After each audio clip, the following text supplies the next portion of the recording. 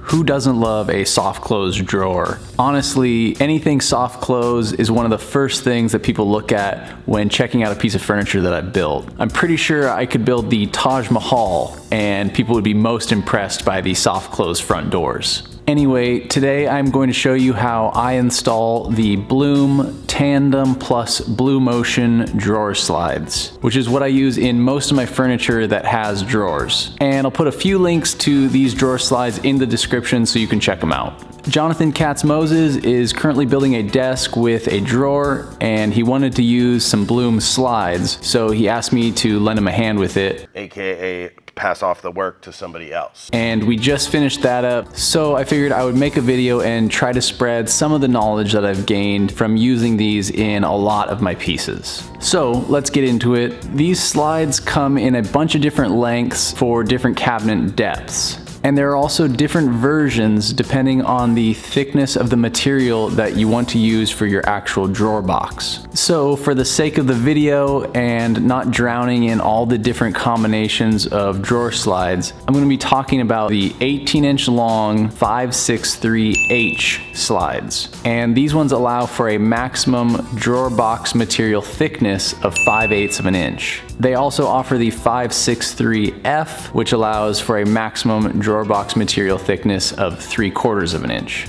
Now, if that is any indication about how confusing it can be to use these drawer slides, just take a look at their installation instructions. But hopefully I can help cut through some of the noise and just boil it down to the good stuff.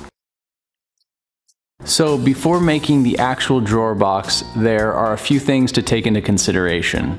A, the depth of the drawer, 2, the width of the drawer, and D, the material thickness that you're using for the drawer sides. Drawer depth is easy. The outside dimension of your drawer box, not including the drawer front, has to equal the length of the drawer slide that you have. So in my case, I need my drawer box to be exactly 18 inches deep. Now, the drawer box width depends on a couple things. So first of all, I need my cabinet opening dimension. 16 and 1/32. Nice job, Sean. And I also know I'm going to be using 5/8 of an inch thick material for my drawer box. So with those two numbers, I can use the table in the instructions to figure out how wide my drawer box needs to be. Or if you're using a different thickness of material, you can figure that out here as well. So if I'm using 5/8 thick material, I know I need to subtract 13/32 from my cabinet opening, and that means my drawer box needs to be 15 and 5/8 of an inch wide. Now, I know all those dimensions sound a little dauntingly accurate, but honestly, the closer you can get to nailing all of these, the better everything's gonna work. Now, the last thing to think about before actually making the drawer box is the drawer bottom. And one of the best parts about these is that the drawer slide is almost completely concealed when the drawer is pulled out.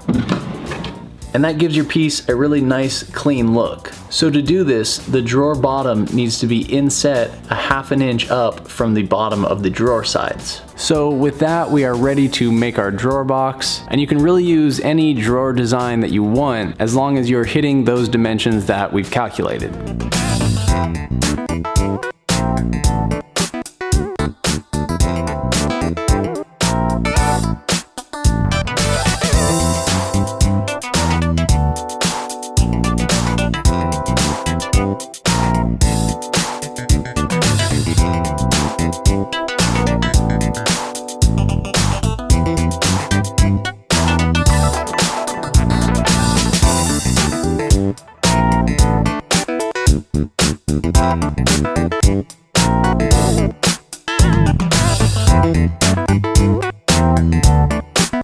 So with this design, I make sure my drawer sides are cut to exactly 18 inches to equal the length of my drawer slides. I then cut a rabbet onto each end in order to accept the front and back pieces. I usually leave a 1/4 inch on the outside of the rabbet. So that means my front or back piece plus a 1/4 plus a 1/4 has to equal the 15 and 5/8 that we determined earlier. So at this point, I'm ready to assemble my drawer box, and I just used some glue and some brad nails for this.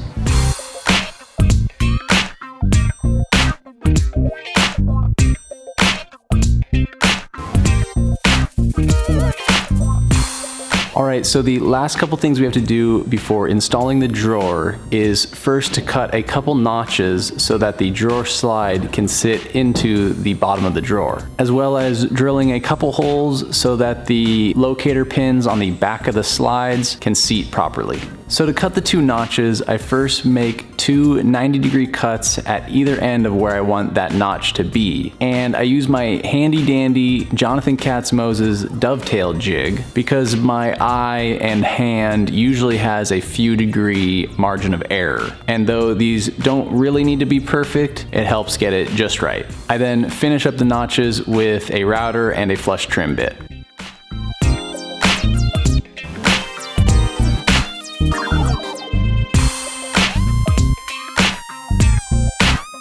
Finally, I can drill the holes for the locator pins, and you can either measure these out, or Blum also makes a drilling jig, but I just made my own jig based on their measurements, and it works like a charm. Faye from Charms.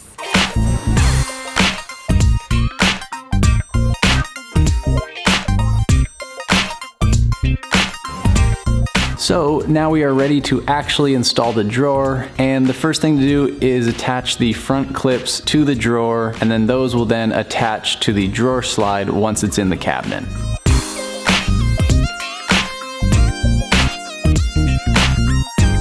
And now I can install the slides into the cabinet, and depending on your cabinet setup, whether you're using inset drawer fronts or overlay drawer fronts, that will dictate how far into the cabinet the drawer slide should be attached. So I'll initially attach each drawer slide using a couple of the elongated holes, and then I can use that to adjust the slide to get it just right. And now we can install the drawer box into the cabinet, and once we hear that click,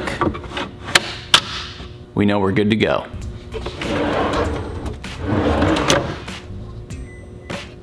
After that, you can install your drawer front and adjust everything until you get it looking just right.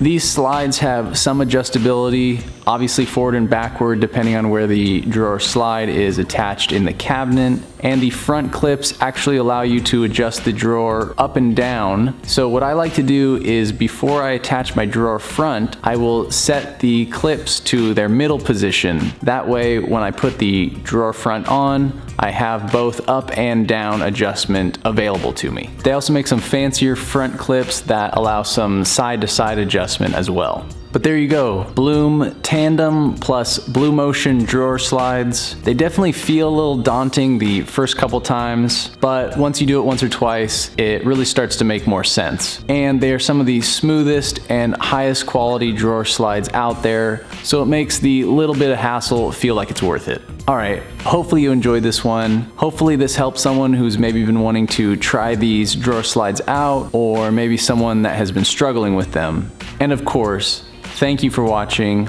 I really appreciate it. Like I said, there's links to a bunch of different things in the description, so check all that out if you're interested. And until next time, if you're looking to feel a little bit dumb, try out some new drawer slides made by Blum. I think they're pronounced Bloom, but you know, that's close enough. I had to, you know.